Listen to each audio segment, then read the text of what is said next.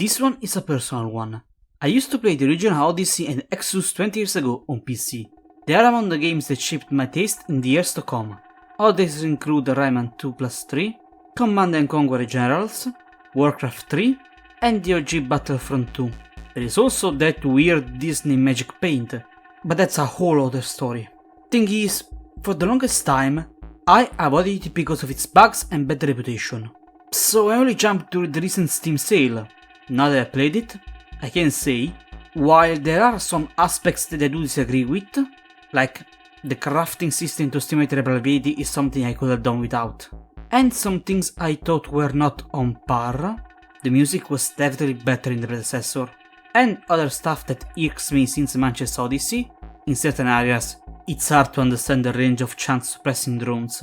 I can say with confidence that it still feels like Oddworld to me. The mixture of puzzle and platforming, the frustration and catharsis of when I had to deal with certain sections, and even the dark, gruesome humor remind me of the Oddworlds of so many years ago.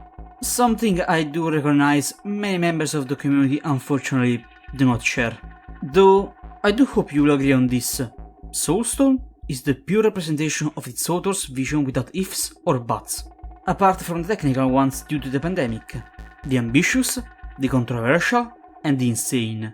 I mean, Lanning has come out and stated to have gone beyond the 2.5D of new and tasty, to the point they claimed to have crafted the first 2.9D game. One can respect the vision, even if at certain points you start to wonder if they have gone into diminishing returns territory. An oddity, not in Dead but Living I had is about the too pure for this world achievement. The objective is for the player to finish the game while killing less than 100 slicks, and it was going fine. Sure, I had some section where lethal force was the only option, especially at the start, but I persevered, making the best of the tools I managed to find in the levels. Then I went postal in the last 2 levels. I just stopped caring, and you know what happened? I still got the achievement. I have some hypotheses on what was going on. Either I got incredibly lucky despite my rampage, or the slick from posts and similar sections didn't count, or it's like 100 slicks in a single level, or it's probably bugged. With that out, let's go back to the topic.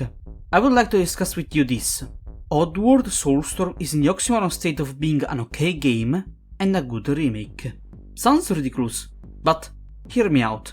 Let's start from the basics. What's the point of a remake? Make the original game with better graphics? Not quite. In its purest form, a remake should take a project and recreate it closer to the original visions of the authors.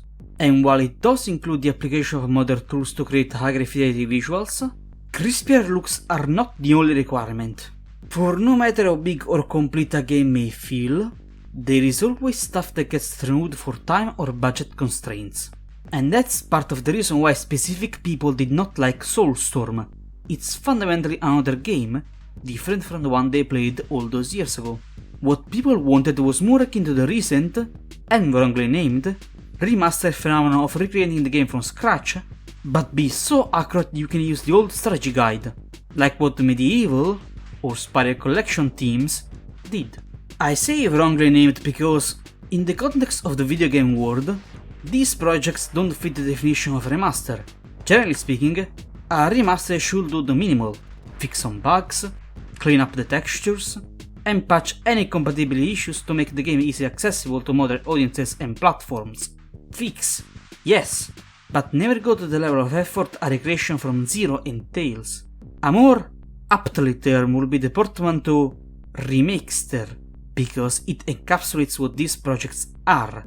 They require the level of resources and effort for what is essentially a new game, but with the ultimate goal of recreating the same exact experience of their predecessors. In short, technical remake, functional remaster. For the sake of completeness, what would it take for these titles to be considerable remakes changes from person to person?